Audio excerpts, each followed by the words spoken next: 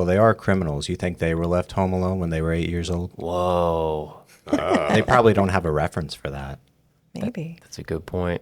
They don't know what a homeful house looks like. So they're seeing a future little criminal, you know? I mean,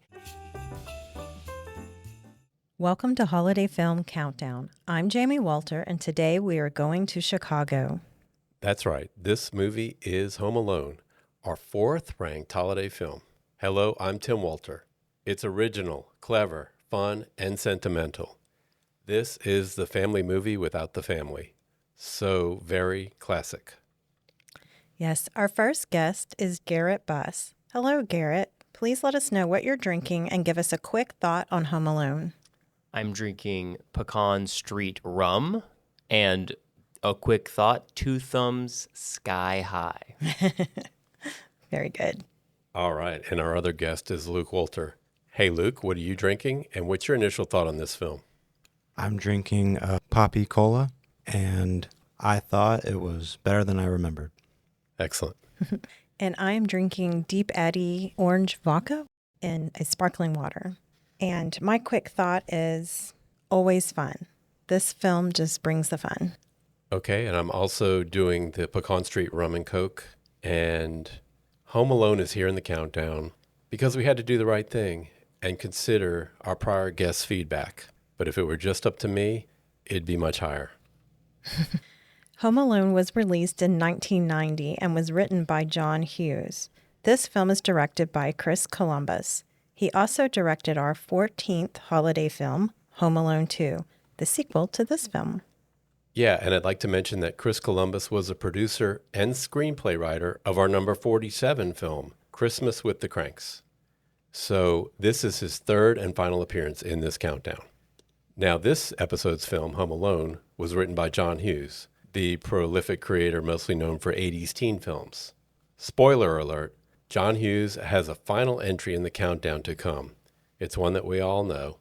So listen in to see where it ranks. Hint, that film is one in a series of 5 films. The house where most exterior shots were filmed at a house in Winnetka, Illinois. The interiors were shot using a set constructed inside an unused high school gymnasium, also located in Winnetka. Other John Hughes films at that same Winnetka location include Uncle Buck and Ferris Bueller's Day Off. Home Alone's lead actor is Macaulay Culkin, who is joined by Catherine O'Hara, John Hurd, Joe Pesci, and Daniel Stern, plus a few others. We will discuss these actors and others, plus the characters, in depth later. Wait, so are you saying that it was filmed in a set? It really wasn't inside the house? That's correct. That was all built for the movie. I don't think I realized that. It's crazy. It's a good set. That's a great set, right? Yeah. Detailed. Very Wow. detailed. Especially whenever they have the windows and they're on the other side of the window. That means they had to build a fake yard for that backdrop. Yeah. That's crazy. That's incredible. That's wow. why it felt so overexposed when Joe Pesci's looking over him when he's hanging ornaments on the tree. It had a little weird, ethereal feel. Okay. It makes a little sense. Yeah, I guess so. All right. Well, Garrett, what is your history with Home Alone? I had Home Alone on a VHS tape, just loose in my house that I would watch all the time whenever I was younger. And I had one of those TVs that had the VHS tape player like built into the bottom of it. Oh, yeah. And I have 2 sisters. I have an older sister and a younger sister. So whenever I was like probably like 9-ish, we moved to a different house that had 2 bedrooms. So my 2 sisters were in one bedroom, and I, for the first time, had a bedroom to myself. I think around that time, my parents bought some fancy TV, and I was like, please, please let me have a TV. And they had this television that was like probably this wide, about a foot wide and a foot tall, with a little VHS player. And the only thing it would play is VHSs. So I would just watch a lot of Home Alone 1, Home Alone 2, those Spider-Man movies on VHS, just on loop all the time. I Great. love it. All right. And Luke, what is your history with Home Alone? It's been there for as long as I can remember. I had it on DVD, and yeah, I always play it during the holidays. How many times do you think you've seen it? I have to say 7 times. Around 7? This All has right. been the longest break, though. Gotcha. All right. And I hate to date myself, but I remember seeing this film in the theaters when it came out. So, and gosh, I don't know. I'm guessing around 10 times I've seen this. That's my guess. Yeah, and I've been along that journey with Jamie. We had just started dating when this movie came out, so We we saw did. it in the theaters Yep. on a double date Yep. in Houston with our friend Chad Enns. Shout out Chad. And I have probably seen it maybe a dozen times Makes sense. Yeah, in full. for sure. All right, let's check out the trailer. It was the night before Christmas, when all through the home, one boy would discover he'd been left all alone. I made my family disappear. Yes! Get that little creep! Don't worry, Marv, I'll get him for you. You guys give up? Or you're thirsty for more? Home Alone, sure, the greatest holiday family film ever. All right, what do we think of the trailer? Two thumbs way up. It gives off like the absolute vibes of the movie. Though notably, they don't show Shovel Man at all. And I think Shovel Man's a pretty big part of the movie. Yeah, agreed. I agree. I thought it was a perfect trailer. I kind of like when trailers use some more like deleted elements because it gives you a sense of the movie without really spoiling anything because it's not in the movie. I don't know if they were not far in editing when they made that, but either way, there was plenty of deleted scenes that aren't in the movie that are in the trailer, which I thought was interesting. Like, for instance, Whenever Kevin's at the cashier, whenever he's checking out, the milk and the laundry detergent and all of those things. And it's interesting because the way it's presented to us, you have Kevin in like a little bit of a higher angle talking to the cashier, and then it cuts back to the cashier. And in the film, it's just her by herself asking him all the questions. But then in that trailer, of course, there was like a manager man behind her asking the questions, though the Kevin shots were all exactly the same because you can reuse those Kevin shots if you replace the other person he's talking to. interesting. Crazy. Yeah, and it was the exact same questions that she asked in the film. It just, in the trailer, it's the manager, which is the man asking. Yeah, it is interesting. I guess they decided to switch that up at some point. So that poor guy got cut out of the film entirely. Oh, poor guy. What a movie to get cut out of. Right? I know, gosh. Wait till we do the numbers. Your 5 minutes Yeah. of fame. Oh, Yeah. and also, I think it's called Keep on Knocking, But You Can't Come In by Little Richard, is playing during the trailer. Yeah. Not in the film, though. Right. And also, I'm sure this is just for exposition's sake, so that if you're watching the trailer, you know what's going on. But it opens with like what sounds like a radio announcer saying, "Watch out for the wet bandits," and it's like you never hear that at any point in the movie. You just hear them trying to remind the police officers that they're called the wet bandits at the end, but they're not notorious by the time the movie starts. Very true. Yeah. There was also an extra segment with John Candy. He was just talking to the camera. It was a little weird. Maybe he had more screen time in the original movie, but I can imagine a lot of outtakes with John Candy, and I would imagine the John Candy, Catherine O'Hara scene, they probably filmed a lot of footage for that and then just decided to keep what they wanted. That's just a guess, though. Yeah. Okay, let's go inside the numbers. Home Alone grossed $286 million at the U.S. box office and $191 million internationally for a worldwide box office total of $477 million. Wow. Major blockbuster. That's crazy. I think the largest on our countdown. This film cost $18 million to make, so the profit was around $455 million. Insane. Pretty much $500 million by the time you add in VHS sales, DVD sales. It's a $500 million profit film. Let's do more numbers, starting with the number 5. 5 is the number of times that Luke has been a guest on this first season of our countdown. Thank you, Luke. You are our only repeat guest, and we're so glad you've been here. well, I love movies. We know that. And next number, 12. 12 is the number of weeks that Home Alone was number 1 at the U.S. box office. Next number, 15. 15 is the number of people who spent the night in the McAllister house before the big trip to France. Only 14 of those 15 made it on the plane, however. 23. That's how many hours they had John Candy available for to film. They made the most of it. We'll talk a little bit more about that later. 32. 32 is the number of weeks that Home Alone was in theaters. That's like 7.5 months. From mid-November of 1990, right before Thanksgiving, through late June of 1991. It became a summer movie. It's crazy. Finally, Home Alone has a score of 3.8 out of 5 on Letterboxd, and we'll all give our own reviews and scores later. What do y'all think? I mean, first off, $18 million is like such a slim budget to make a movie, especially these days. I feel like an $18 million movie, I would expect it to look way lower budget than it is. And then the return on the investment's insane. $455 million profit is nuts, especially because this movie largely takes place. I mean, of course, they have like when he goes to the grocery store or whenever he's in the church, but so much of the movie is all in one location. Like, you really need to have the house and the surroundings of the house. But And some people turned it down, yeah, you know? like studios, you mean? Yeah, Wow.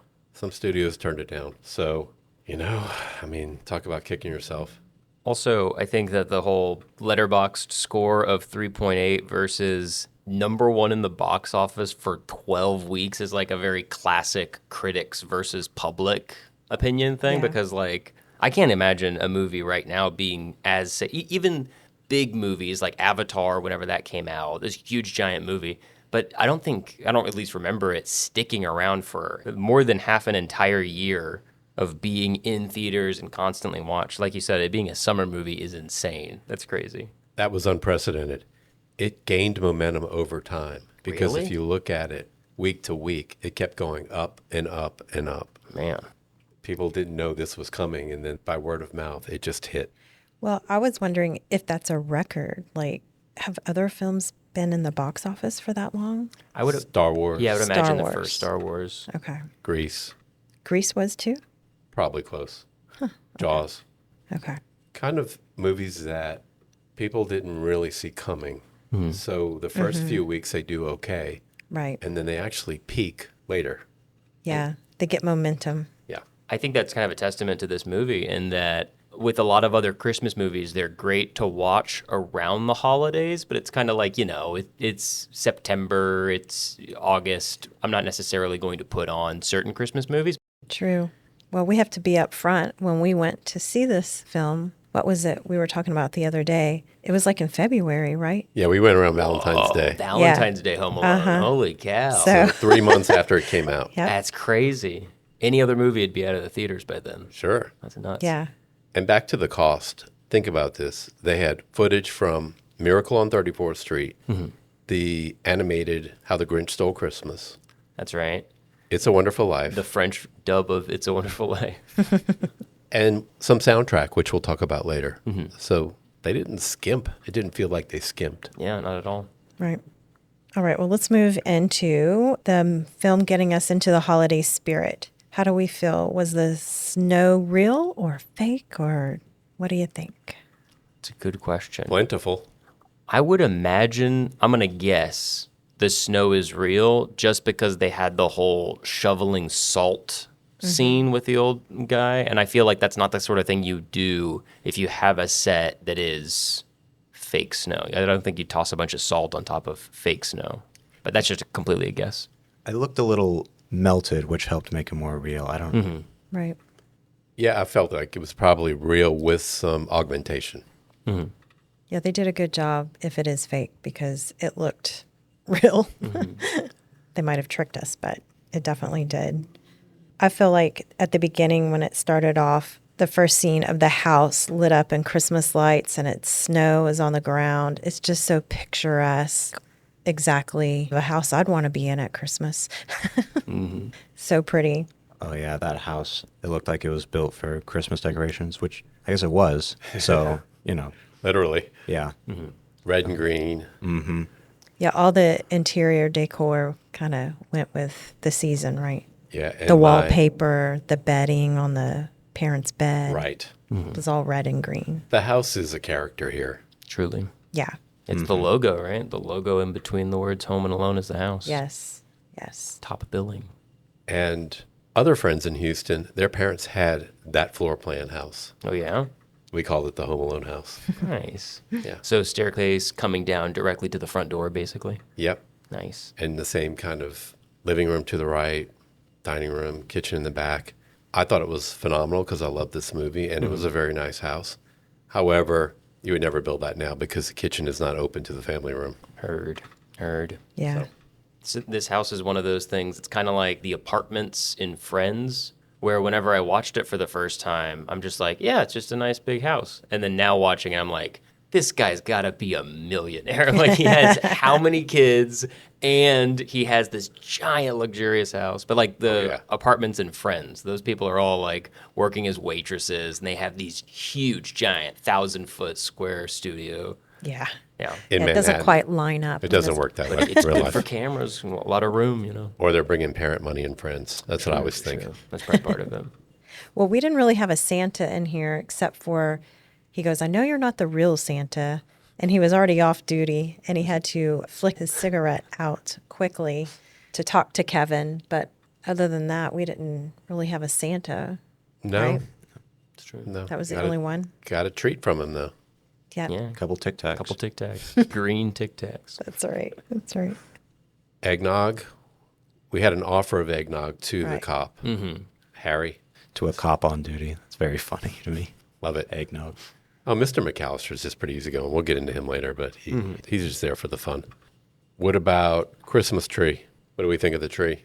It's cute. He climbed up a ladder to cut the top of the tree so that it would be him-sized for him to decorate towards the end. That's cute. Like a 3-foot tall, 3.5-foot tall Christmas tree. How many years do you think it took for that tree to recover properly? It's a great question. It wouldn't look the same. Yeah, it would always be kind of flat top. It would never have the point. I mean, I guess hypothetically you could trim it, but it would never be the same. But it sure fit the corner in Perfectly. the house, right? He knew what he was doing. Do you really think he could cut down a tree? Manage a saw? I don't know. That's a lot harder than it looks. I know it is. All right, let's get into the characters and actors. So clearly the star is Kevin McAllister, played by Macaulay Culkin. He was discovered in Uncle Buck, another John Hughes film where he was also with John Candy. And then he also appeared in Home Alone 2, My Girl, real tearjerker there. And how do we think Macaulay Culkin did playing an 8-year-old? All-timer. The fact that can you even nominate an 8-year-old for an Oscar? I don't know if it can, but You if there's could. any 8-year-old that deserves an 8-year-old Oscar, it's this kid in Home Alone. I agree, but they will never do that They'll never with do this that. kind of a film. It's got to be a serious. True. Has to be a biopic about someone in World War II. Yeah, or it has to have more extreme tragedy than this film did. Of course. I don't think I've ever heard of anybody else named Macaulay. It's a very unique first name. No, their family was kind of a gypsy family. Oh, yeah? What was the brother's name? Kieran. Kieran, yeah. It sounds Irish. It's Irish, yeah. Okay. Culkin. Yeah, that makes Macaulay sense. Culkin, yeah. I thought he played a great job as well. And if they would allow this type of film or an 8-year-old to have the Oscar, I definitely feel like he would deserve it. He had the look. He has just that look of sweetness with a little mischief inside. I mean, it was just perfect. You know, his wide-eyed at times and then kind of squinty, sneakier side to him. I felt like he portrayed that role so well. Yeah, it would have had to have been like the Oscar category for 12 and under or something. He would have won. Yeah. But there was no way they were going to put him Right. in for this comedy movie up against the big dogs. Right, of course. It's a blockbuster. That's not what they go for. It's true. Yeah, I understand that. I'm just saying if there was a category, he should have won. Kind of like Elliot in E.T. Yeah, great job. but Yeah. He wasn't going to get nominated for that. Right. It's a really weird line to have to walk, especially, I mean, maybe he's not exactly the age that he is in the movie of 8 years old, but certainly around there. It's crazy that he has to play sharp enough, like a smart enough kid that he would be able to take care of the house and set up elaborate traps and not be completely helpless, but young and naive enough to believe that he wished his family to disappear. Like, Right. you have to be believable in both, and he does a great job. Yeah, brave enough, yet scared enough. Yeah, he plays the double-sided very well. Absolutely. Yeah, I thought he did great. I mean, this is really the only film I recognize him from, and that said, I think all-timer. He's really great. It's true. So, fun fact here, John Mulaney was offered an audition for that part, That's crazy. but his parents wouldn't let him try out. I don't think he would have beaten this guy out, though. Yeah, no one could have. Yeah. So, Probably a good call there. All right, next we have Kate McAllister, the mom, played by Catherine O'Hara. We know her mostly now from Schitt's Creek. She's also a voice in The Nightmare Before Christmas. That was our number 15 holiday film. She was also in Surviving Christmas, which was one of our honorable mentions. Okay. What do we think of Kate? Incredible. She does so well. Though, and I know it makes more sense to have as little characters doing stuff as possible. You don't want it to be like a mess of trying to keep track of different people. But watching it, I was thinking to myself, well, the aunt and the uncle could certainly take care of the family of kids. I don't know if Catherine O'Hara has to go by herself all the way to the kid. And then especially with the like addendum that the entire family shows up like 5 seconds after she gets there. I was like, oh, she was in the polka van for no reason. I you know. She just stayed. I felt the same way, the scene at the airport where they're all leaving her and she's like all alone. I'm like, oh my gosh, like she's going to be the only one sacrificed to go. There's so many of them. At least one person should have went with her. It's true. I agree. The mom has to go. Yeah, of course. She could not bear to not go, but it could have been dad or that oldest sister. Yeah. Because the older Or sister had even to be the like aunt 15. or, someone. Dramatic effect here, I thought she had the perfect look for this character as well because she has those intense eyes.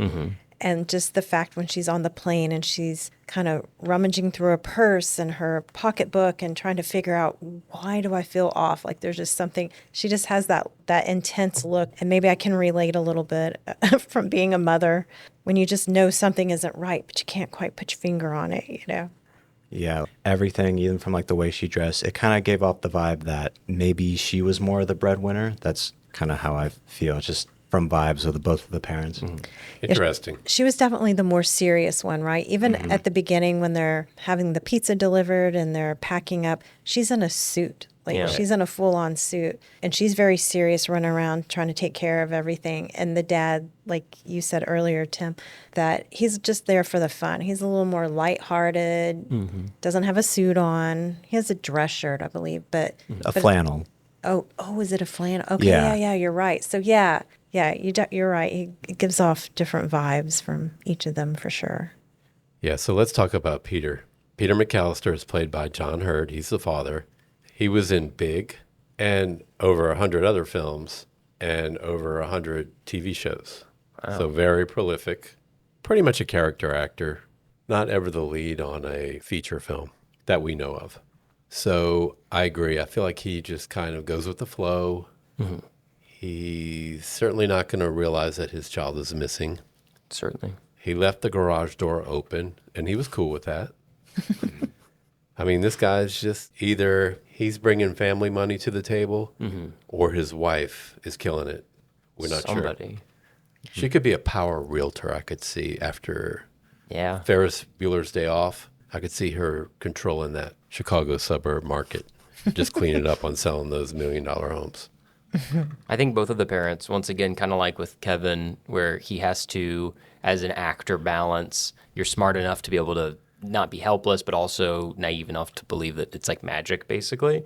The parents, it's such a hard needle to thread.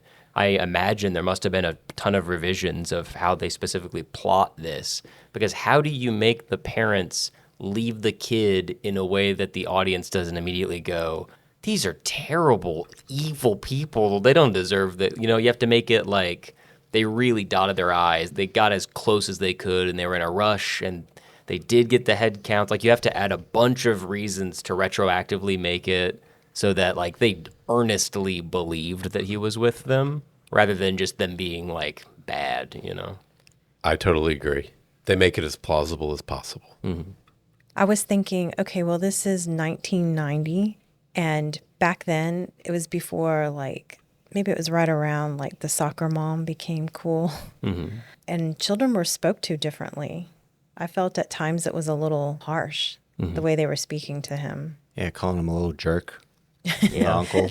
I know. We'll get into Uncle Frank in a little while. He's his own thing. But even the parents, I felt like at times, I mean, don't get me wrong, as parents, sometimes we say things that in the heat of the moment, just like kids do, that we wished, I shouldn't have said that and didn't really mean it. But I feel like today we're a little more I don't know, censored and more aware of children's feelings than to speak to them like that. Yeah. Like when she was carrying him up the stairs, it's just all premeditated. Like, look, life sucks. Sorry you're the little guy. You know, it's just very harsh. Very real, but very harsh. Yeah. Yeah, that was a different era. That was kind of the transition from Gen X to millennial. Right. And it also lends itself to how other people like talk to him whenever he's living by himself, basically. Like even in the grocery store, they're talking to him like an adult. Like they are, of course, they're saying, "Where are your parents? You shouldn't be out." But they're like speaking to him in a very, not doing baby talk or saying, "Oh, hey, little guy." Like they are, "What are you doing here? Where's your mom?" Like very blunt, very businessy, you know? It'd be kind of hard to. He's like carrying a grocery cart by himself and he's going up to the counter by himself. When he's so confrontational, it's kind of hard. True. You just kind of get like thrown back a bit, like, whoa, hello, you know. You forget to turn it on. All right, next let's move into our wet bandits, starting with Harry, played by Joe Pesci. He won the Best Supporting Actor Oscar for Goodfellas in 1990, Wow. same year this film came out. Wow. He was also in Raging Bull, Casino, My Cousin Vinny, and apparently he really found it difficult to not curse on set filming this. So he channeled Yosemite Sam for his voice work so that he could just do that muttering stuff. And by the way, Robert De Niro was also a candidate for this role. It's crazy. What do we think of Harry? I think he was great. I think that both of the bandits do perfect, big, cartoony slapstick stuff. And they're just evil and bad enough that you like to see them, you know, get hurt or fail or whatever, but you aren't, at least I wasn't, at any point genuinely like, oh my gosh, they're going to kill this kid if they catch him. You know, there's this Tom and Jerry kind of aspect to it that I think they play really well. And I don't know if Robert De Niro, maybe he does have the chops, but I don't know if he could do as many big, huge fall over, your head gets hit by a frying pan kind of stuff that Joe Pesci does. Yeah, I couldn't imagine him screaming that way. Yeah. Like, you know, it's the scream that he gives, that's perfect. Like, I feel like that's what got him the role. Just got to tell him to scream at the top of your lungs. It's like, that's it. So he then sounds like Tom from Tom and Jerry. You're right. And then the other wet bandit was Marv, played by Daniel Stern. He started as a stage actor. I remember him from Diner, an ensemble coming-of-age film. City Slickers, another blockbuster with Billy Crystal. And he was the grown-up voice of Kevin Arnold on The Wonder Years, the sitcom in the late 80s, and one of my favorite all-time shows. So what do you think of Marv? We love him. We love him. What a Yeah. classic. This is the big Daniel Stern thing that I know him from. I didn't know that he was the narrator in Wonder Years. But yeah, he's incredible. The two bandits, they fulfill that, what's it called? I don't know, have you ever heard of the Orange Man, Banana Man? Oh, yeah. It's like a- kind of like Bert and Ernie. Like or, Bert and Ernie, it's like a classic thing where you have one guy that's a little bit shorter and a little bit rounder, and another guy that's very thin and very tall. And that's like the classic comedy duo, like Laurel Is and it Hardy and stuff. Mutt and Jeff? Mutt and Jeff, Yeah, that's a similar scenario. similar duo. Yeah, Mutt and Jeff. Try to see if I can find any other examples of it. And not necessarily in stature, but the odd couple. Where Yeah. you've got one who's got it together and he's real particular, and one who's just kind of a goofball, sloppy guy. Yup. Somebody was saying an example of that is Seinfeld and George. Like Okay. whenever a good comedy pair is to have a banana-shaped guy and an orange-shaped guy. Maybe Abbott and Costello or Laurel and Hardy. So, absolutely. But so We're Marvin digging deep here. and Harry, they fit in, and I think Robert De Niro wouldn't. The balance would be thrown off a little bit, you know. Yeah. Pesci was great. Yeah, I definitely agree with that.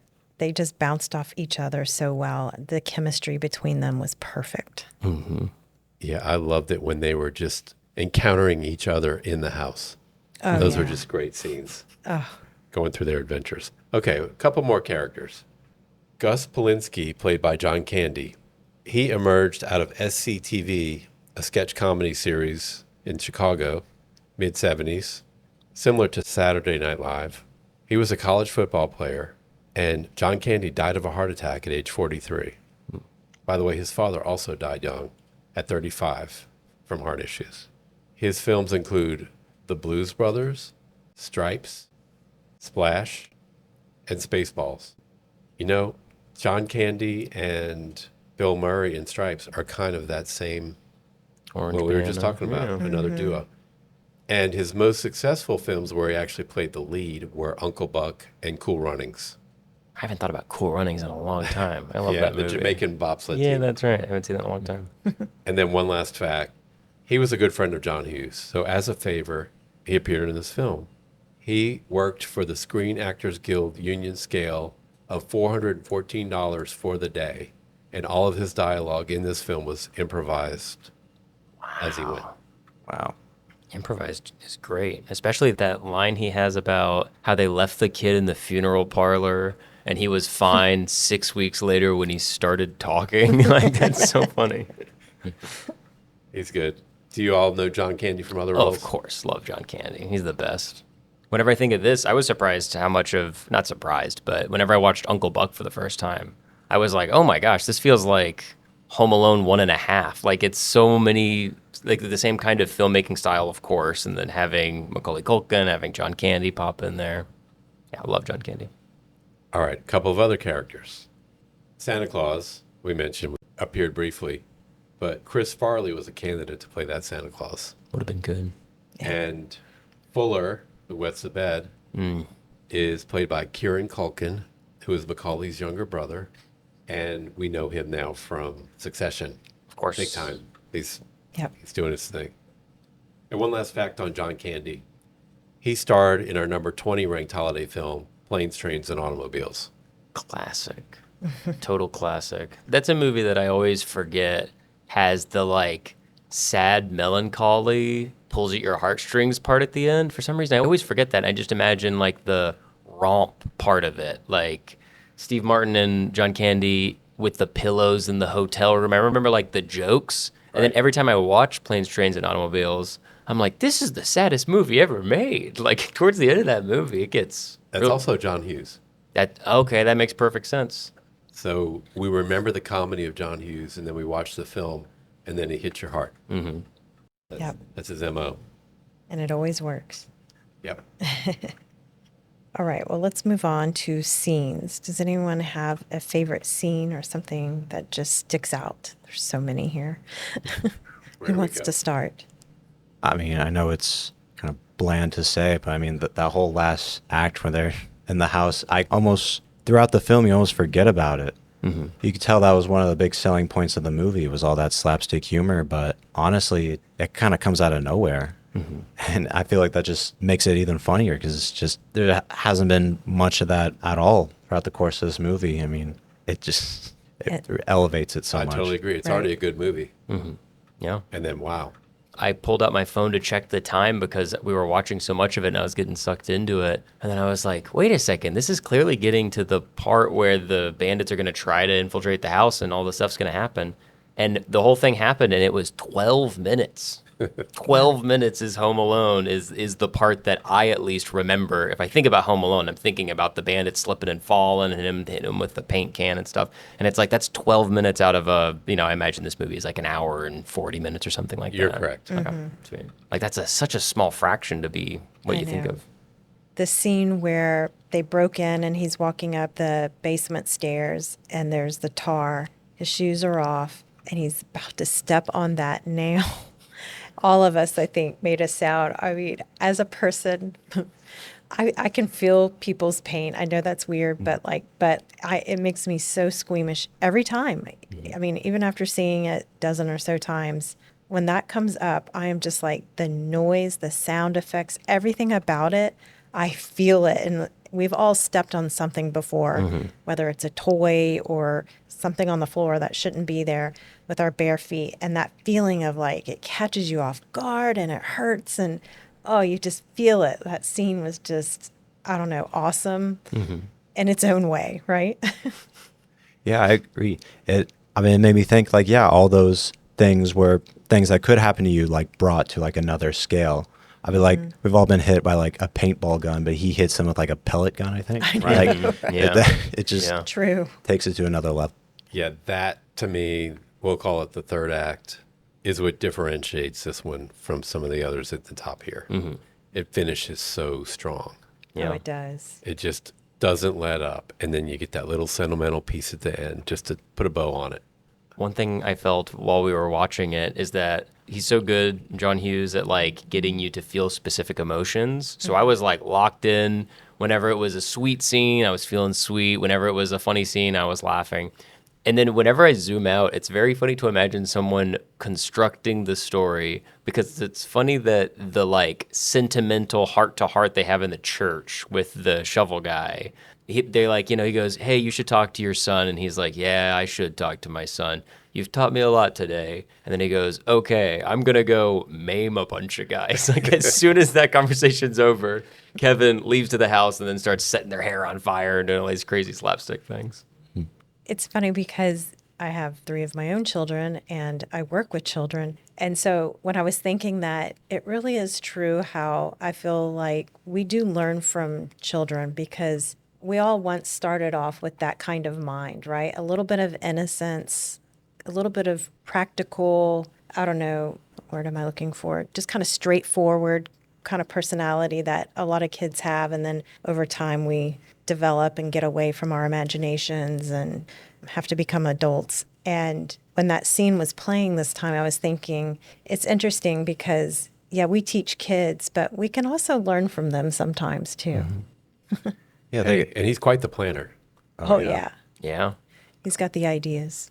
Yeah, I think that scene is interesting because I feel like if he were to say that to an adult and he was to open up, I feel like he wouldn't get that same response of like, well, you should just go talk to your son. You know, you have to have that kid mindset of just like, oh, you should just go do something if it's a problem to you, you know? Right. Yeah, it it's not seems that so hard. simple, right? It's so in the child's mind, it's like simple. Just go talk to him. What's it gonna hurt, you know? But as an adult, we're like rethinking everything and We've got putting our pride. our pride and scenarios of, but this could happen, and what if he says this, and we're held back from it, right? But like kids just kind of go for it. Yeah, I mean, there was one point that was kind of interesting whenever the shovel guy was like, what was it? Old Man Marley was his Right. name. Whenever he was talking about, I haven't talked to my son since before you guys moved in. So it's been a while, but who knows how long. It's been at least a couple of years. And I haven't called him because I'm worried he won't want to talk to me. And it's like, well, you're already not talking. The worst case scenario has already been happening for multiple years. Right. Such a funny perspective. The only way to go is up. Yeah. Yeah. Anyone have a funniest scene that they recall? Obviously, the 12 minutes in the third act of defending the home. But anything else come to mind? Well, of course, the classic one with the hands on the cheek screaming from the aftershave, I guess it is.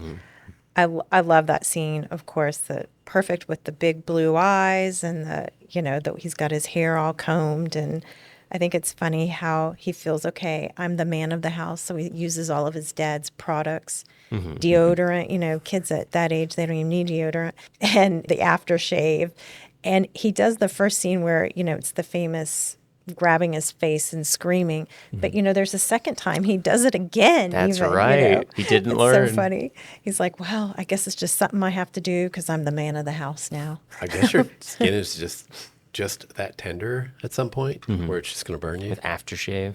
Because aftershave is just essentially like rubbing alcohol, right? Or I don't exactly know what it's made of, but it smells kind of alcohol-y.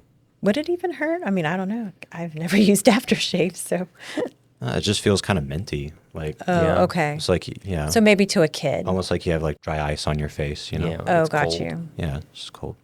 Maybe it's just a surprise to him. You also smell it too. If you put a bunch of it, it would be right next to your Yeah. nose. You'd smell all the crazy fumes. Gotcha. Yeah, you're right. He does do it 2 times. I'd forgotten that as well. I think funniest scenes, aside from, of course, all of the great stuff that happens in the very end with the physical comedy and stuff, I like just the very, very beginning whenever you're having the cop that we now know is Joe Pesci, of course, talking to the family and like the chaos where everybody in the family is kind of running around and the long running joke. See, a good character actor doesn't have to like take all the spotlight.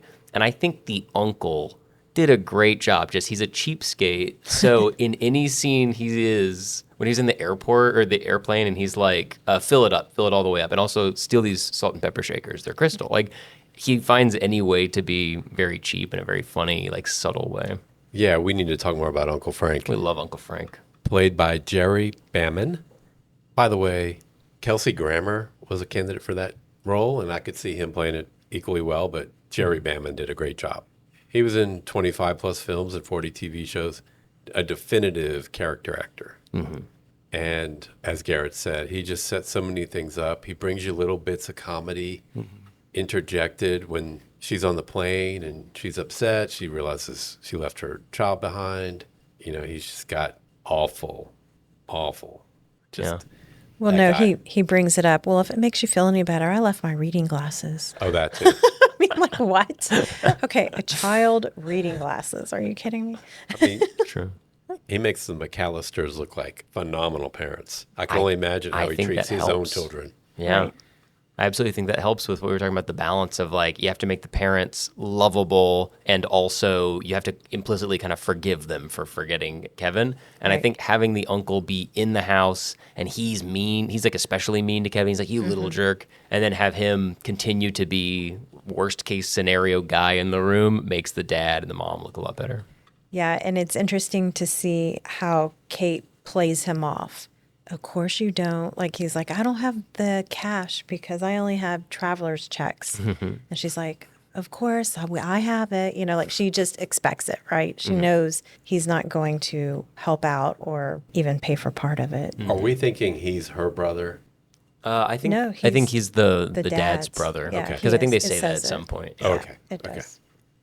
All right. And the scene where everyone here was really laughing was the pizza delivery guy at the back door with the movie playing and the VCR action and the tip and all that, the payment. We were all laughing out loud at that. Classic. Well, it's so funny when it's like, it's $11.80, right? I think is the bill, somewhere around there. Yeah. And he gives out $12 and then he puts on there, keep the change, you filthy animal. And the pizza guy's look is like, oh my God, he's so cheap. You know, Yeah. he calls him that, right? 20 cents. Cheap. Yeah, Cheapskate. cheapskate. And then he's like, I'm going to Blow you to smithereens. yeah, or the pump gun. you full of lead. That's right. I'm like, oh my God, that is so funny. By the way, Angels with Filthy Souls is not a real film. They just made it for this movie. That's cool. That's very cool. Interesting. Yeah. Well, I like how Kevin is in his mom's bed and he's kind of scared, but then he's like, I'm not going to be afraid anymore. I'm not afraid anymore. And he runs outside and he sees the snow shovel Old guy, Man Marley. Old Man Marley out there shoveling snow. And of course, the night prior, that's when he finds out that, well, it's not true, but the story behind him that they think he's a murderer. And the look on his face was like, just screams and runs back in and gets under the covers again. I just think that's like such a little kid character. Like, I can do this. I'm not doing this. And then one thing happens and he's like, never mind, I am. He needed a little more growth. He got It's there. just cute. This movie He wasn't has, quite ready. Yeah. This movie has the best screams out of any movie I've ever Great heard. screams. Yes. Great That one screams. from Daniel Stern when the tarantula's on his face. Yes. That was great. It seems so authentic, right? Yes. I mean, I know it wasn't, but boy, did it seem like it. I think that this movie, and this is partially because of John Williams' incredible score, obviously one of the best composers ever, but the music especially helps you feel specific emotions. And so as a kid, I remember genuinely being like scared of this old man, because he'd play this ominous music and you see the main character get freaked out. And so I remember like genuinely being like, that's a freaky dude. And watching it now, he's just like, yeah, he's just this old man. He's just like, Yeah. he's giving kind of a scary look, but he's not intimidating at all, Yeah, same with I guess it's the furnace down in the basement. That's right. It comes alive, and that's just so typical for a kid, something that has fire, right? It seems really scary. Of course. And I think they did a good job portraying that from his view. There was just one other thing, and I guess it's kind of a generality, but this movie came out in 1990, right? Right. And the dating of this movie came out so many times for me. Like, one thing that points out that this is made in the 90s is that they wake up late for a flight, and then they get in the car and they drive to the airport and they run into the plane. They're like, oh, that was great. We're here. And like just immediately, they're immediately on the plane. And then also whenever Kevin goes shopping for himself, he gets a huge cart full of groceries. And they're like, okay, that's going to be $19. And he's like, yeah, all right. And I'm just like, this is crazy, man. They really dated themselves. That's how much the laundry detergent alone costs, right? Absolutely. Absolutely. Almost. Anyway. Well, also, speaking of dating, now we don't have alarm clocks. We use our phones. That's right. That's right. And so even if the power goes out, well, your phone is still going to go the alarm. And I was thinking that when watching it, I'm like, well, that would never happen now because our phones would probably have some charge on them and would still go off for our alarm clock. Mm-hmm. Do people still say, oh, my alarm didn't go off when they're late? You know, I think if people say that, then they would just mean they forgot to like set an alarm on their phone or they snoozed past it. Yeah. I've heard it before from one of my teenagers, and I think it's because they snoozed past it. If they give you the button, you know? They do. They give you an option. For sure. And also, while we're on this with the dating, it's the TVs. Mm-hmm. Mm-hmm. The TVs or the box TVs. Yeah. That's still. right. Low def. Low def. CRTs, yeah. Mm-hmm. Those kind of TVs where if you put your hand close to it, the static starts to feel right between the glass and your hand. Mm-hmm. We still have those at We Love Video, by the way, Love that. if you need to see one. I did it a long time ago, or maybe not too long ago, I guess in 2023, when We Love Video was getting their new space, they're moving there. I was the host for a telethon for We Love Video to fundraise. I did not know this. Yeah. Okay. Yeah. Well, that's great. They're supporters of this podcast. We Some of their love- folks are on episodes. We love Video. Yes, Yes, we they're do. great. All right. Quotable lines or best lines. What do we have here? Keep the change, you filthy animal. you It's probably go. the one that comes to mind. You're what the French call les incompetents. Something like that. Very good, Yeah, Luke. that was very good. There's so many of them. Which I genuinely didn't understand what that meant when I was a kid. Mm-hmm. And so it just kind of like, oh, that was a joke. I didn't think it was a joke, you know? Right. It helps if you watch it with subtitles, then you can kind of piece it together. Oh, that's the word. Yeah. I like when Kevin says, when I grow up and I get married, I'm living alone. It's very funny. That was so funny. That's good. How about Fuller, go easy on the Pepsi?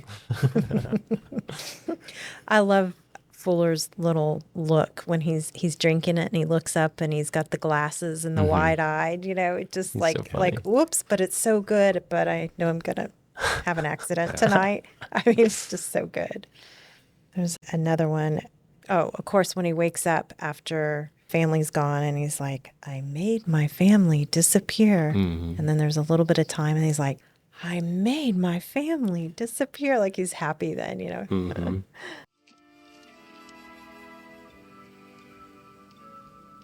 I made my family disappear. Kevin, you're completely helpless. No, Kevin, you're what the French call les incompetents.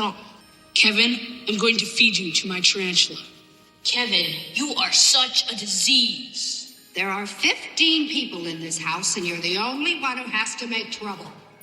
Look what you did, you little jerk.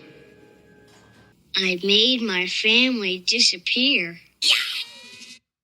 Also, this is kind of in the vein of Daniel Stern doing the scream with the tarantula, but Catherine O'Hara, whenever she does the Kevin, like the Kevin yes. Oh, yes. on the plane, that's like a very classic, Oh, yeah. Definitely. classic moment. Yeah, you're right. You're right. And what about, I think we're being scammed by a kindergartner. Kindergartner. Yeah, there you go. You can do it better than me. That's good. Funny. I love that. How about Buzz, your girlfriend? Woof.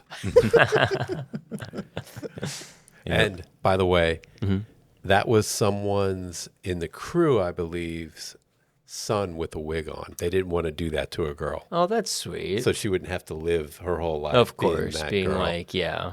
So that was a good foresight on the part funny. of the filmmaker. Definitely.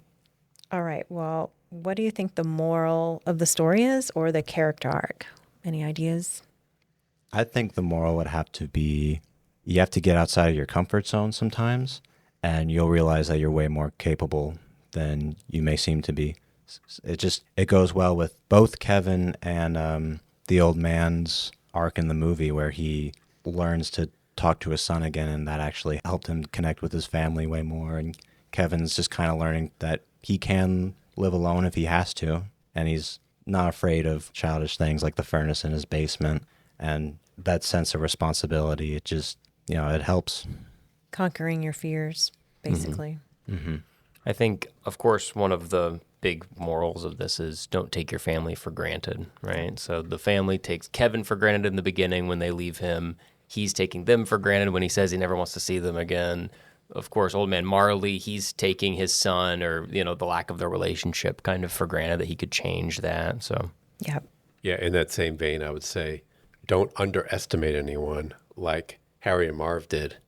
They thought, oh, it's just a kid. We got this. Well, yep, they learned something there. Also, crime doesn't pay. true. All right, hot takes. Do we have any hot takes here? I think this is probably the best child acting period that I can think of. In any other movie, I can't think of a movie where a child actor achieves the goals of a script better than Kevin in Home Alone. So young. So young. I mean, so crazy young. I feel like the kid in E.T. was probably like 12 or around then. Right. And only a couple of years earlier, it's like 8 is such a little age that I can't imagine being able to have sense of what you're like and sense of what an imaginary kid that you're playing in a movie is like at 8. That's insane. You're learning how to add and subtract. And now you also have to take on, he does a fantastic job. Yeah. I'm checking his age here. Okay, so he was about 9. So right in that Right in that, yeah. right in that spot. Yeah. He's 44 now. That's crazy. Wait, that doesn't make any sense at all. 9 plus 20, 25. Oh, wait, there'd be Man. It's weird. I was born in 1997, but I still function off the assumption that the 90s were 10 years ago, the 80s were 20 years ago, the 70s were 30 years ago, even though that's like...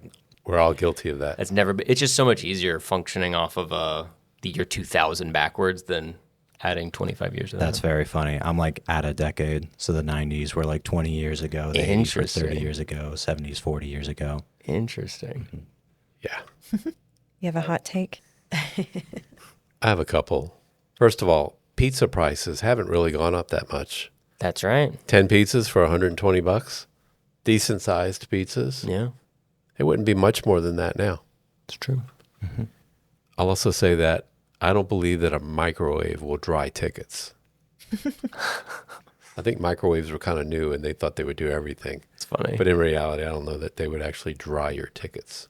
They had that one scene. It's just a little moment where they're all eating pizza, and then she's like, also drink all the milk you can because we don't want to have a bunch of milk sour in the fridge or whatever. And then Kevin gets in that little fight with Buzz, and someone knocks over the milk on all of their passports. And they just have on the dinner table next to the pizzas is just a stack of like 10 passports that just get soaked in milk. And I'm like, hey, that's on you. You got to put the passport somewhere that's safe. You can't put it next to the milk. Yeah. It's a classic blunder. Definitely trying not to forget them, Yeah. but put them by the front door. Also, I will say that that pizza guy may have called the police after that whole keep the change, you filthy animal scene. Right? Yeah. Different time. I don't know. Well, my hot take is that I can't believe the burglars would really believe that an 8-year-old would be home alone. Like, you don't leave your kids home alone. They're like, no, wait, he's home alone. I mean, I just don't think that would really, you might think, okay, his parents are at work during the day. Maybe he's left home alone during the day, but you don't think they're out of town. Like, that's not typical to leave an 8-year-old by themselves for even really all day home alone, and much less a few days while they go on vacation. Right, for that series of events to happen, for him to be left home alone, and then for these guys to actually believe that, okay, That's fine. He's home alone. It happens. He's just a kid home alone. Instead of a once-in-a-lifetime movie. Yeah. Well, they are criminals. You think they were left home alone when they were 8 years old? Whoa. They probably don't have a reference for that. Maybe. That's a good point. They don't know what a home full house looks like. So they're seeing a future little criminal, you know? I mean, Kevin is doing a great job defending his house, but he is setting up nails for people to step on and flamethrowers for their hair. Maybe he could be a criminal mastermind one day. Well, he did steal the toothbrush, He even though it was an did. accident. That's the start of his That's And right. he even said, "I'm a criminal." He had remorse, though. He did. He did. He felt guilty about it. He didn't mean to. One thing that this movie captures well is the feeling of helplessness whenever you have to depend on just customer service to get something done. Like whenever Catherine O'Hara is trying, dealing with the people at the airport and then calling the police officer, and then they are transferring her to the civil department, and then they're transferring her back to the police department. And this like whole trying to play phone tag and go to voicemails and all that stuff can be so pull your hair out, drive you crazy. Yep. All right. Well, the parent guide is PG. Do we feel like it is appropriately rated? Yeah. I mean, so G is for anybody. So like a baby could, I guess a baby couldn't really buy a ticket, but a baby could hypothetically see it. And then PG means a parent has to be with you. And then afterwards it's PG-13. Yeah. So I think this is perfectly fine.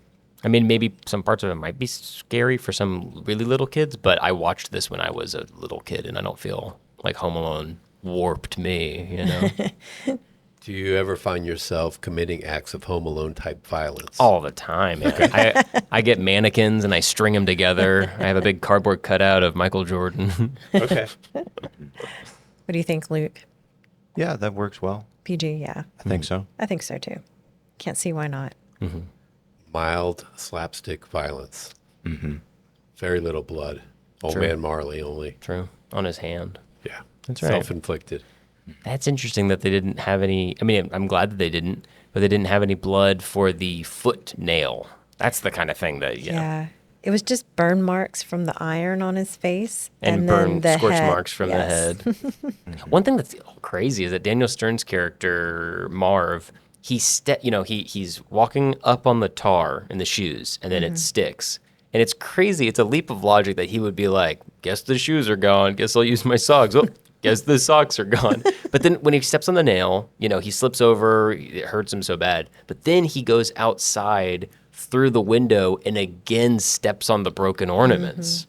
His feet, man. You got tar, you got glass, you got nails. That's very calculating by Kevin, though. That's true. That's He true. could anticipate by the time he got to that step, his socks would be off, He's a puppet master. and that he would turn around and then go in the window and step on the ornaments. Also, Harry's now going to have, unless he gets it grafted or something, for the rest of his life, he's going to have an M on his, palm of his hand. That's crazy, man. He got Badge of branded. honor. Yeah. It'll give him some street cred in the clink. And M is Marv's initial, by the way. Whoa, star-crossed lovers. It's my best friend's initial. How funny. All right, soundtrack. Wow. Let's just start with John Williams, exclamation point, exclamation point. By the way, still alive. He's 94 years old. I'm just going to go through a list. Jaws, Star Wars, E.T., Schindler's List, Close Encounters of the Third Kind, Raiders of the Lost Ark, series, by the way, Jurassic Park, another series, Saving Private Ryan, and that's just with Spielberg. Yeah, that's crazy. Beyond that, Superman 1978, the OG with Christopher Reeve, the first two Home Alones, the real ones, the first three Harry Potter films. Oh, that's right. I mean, Wow. Yeah. add all that money up. That's insane. That's incredible. What is that? What is that at the box office? Billion, trillion, million, quadrillion dollars. I think we're talking 10 bill. Yeah. That's absolutely insane. Plus, even outside of just how financially successful any of these movies were, sticking in your head. The song for Indiana Jones, the song for Jaws. Yeah. They are in the cultural consciousness any of these songs in Home Alone. Yeah, he Amazing. makes movies icons. If you hear the name, you hear a sound like Star Wars. It's one of the very few things that George Lucas was actually happy about when they made the movie, because they're like, yeah, that's perfect. It's like that hooks people, Does. Sets the atmosphere like crazy. He's crazy with atmosphere.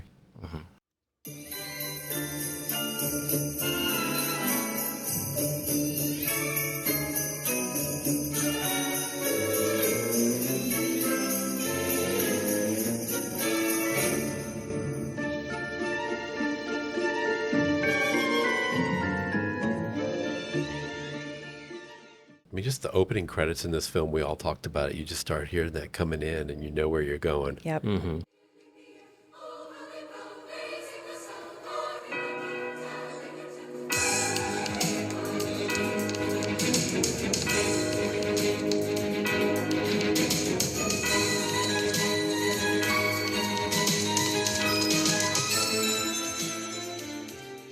It's a journey, and he's got like 3 orchestral themes that play throughout the film, just matching the beats as we go.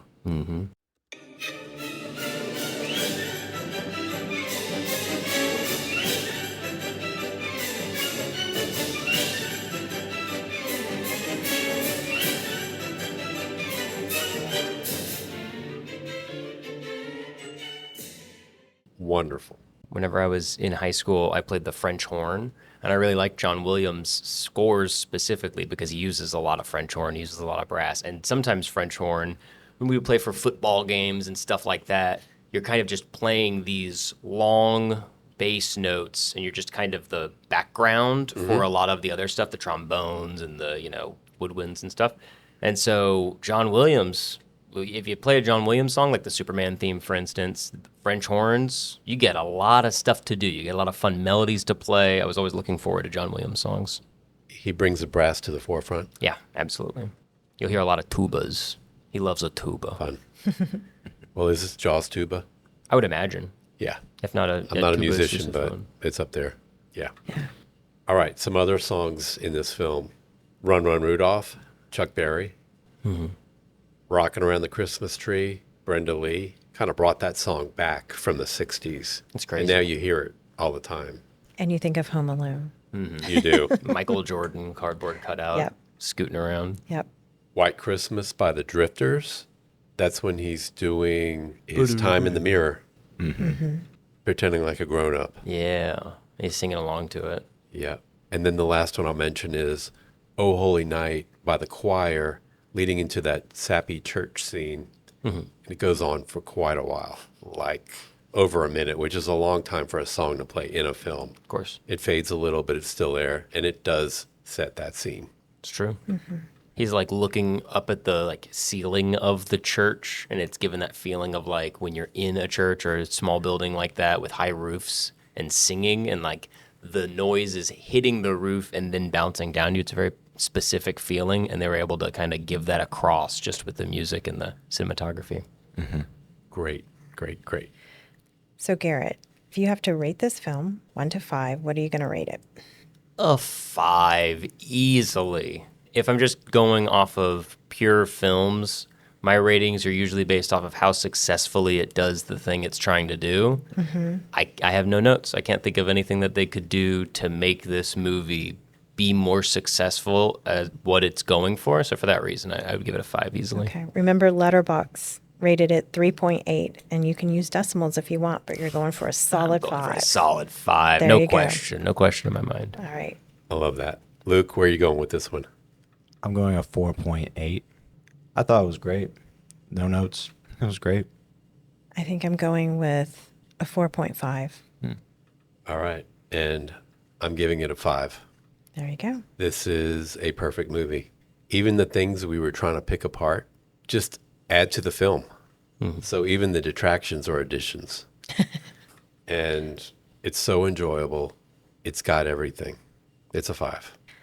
So, Garrett, what is your favorite holiday film? Favorite holiday film? Probably Home Alone 1. Yeah, that's Yeah. got to be it. That's why it was the one that I talked to Tim about. Yeah. That's why you're here, buddy. It would either be Home Alone 1 or Home Alone 2. You booked it a year ago. Yeah. And here we are. Holy guacamole. Has it been I that locked long? you in. Others came for it. I fought them off. And here you are. You deserved it. Thank you. Thank you. Luke, what is your favorite holiday film? Well, it does change every time we do this, but There's so many good ones. yeah, so many. Watched a lot. So, the brain's always turning on that. Right now, I have to say Home Alone. Ooh, It's my favorite. we've got a After just seeing convert. it again. All right. Yeah, it's- Not a prisoner of the moment. You'll be saying this in 6 months, won't you? Oh yeah, it's definitely changed. Like I used to not really like this movie that much when I was a little kid, but it used to be just one of those things that you do for tradition. You don't really think about it that much, but one of those things, as you grow up, you realize why it's a tradition, you know? Yeah. Great. And I'll just have to add in, it is my favorite holiday film. Classic. Reason being, third act. It finishes stronger than the rest. There are a couple others that are up there, and they're all in contention. And some others are more popular, and they're ranked higher in this countdown. I'm being true to my word, but it's my number one. All right. Garrett, is there anything that you would like to promote? I'm so glad you asked. You see, I am now, at this point in time, living in sunny California, and I'm doing comedy at the Lyric Hyperion Theater and occasionally the Dynasty Typewriter Theater. If you'd like to find my tour dates or see, videos that I've done, scripts that I've written, musicals that I've produced, stuff like that, you can go to garrettbus.com, garrettbus.com. That's with 2 R's, 2 T's, and 2 S's. All right, and we'll put that in the show notes. Perfect. With a link. Sweet. Check them out. You'll love it. All right. Thank you for joining this discussion of our 4th ranked holiday film, Home Alone. Please like, follow, and comment on this podcast. Yes, please share and spread the word about Holiday Film Countdown. Thank you, Garrett and Luke, for joining us. And thanks to all our listeners. Next week, we're moving on to our 3rd ranked holiday film, which will take us to Chicago.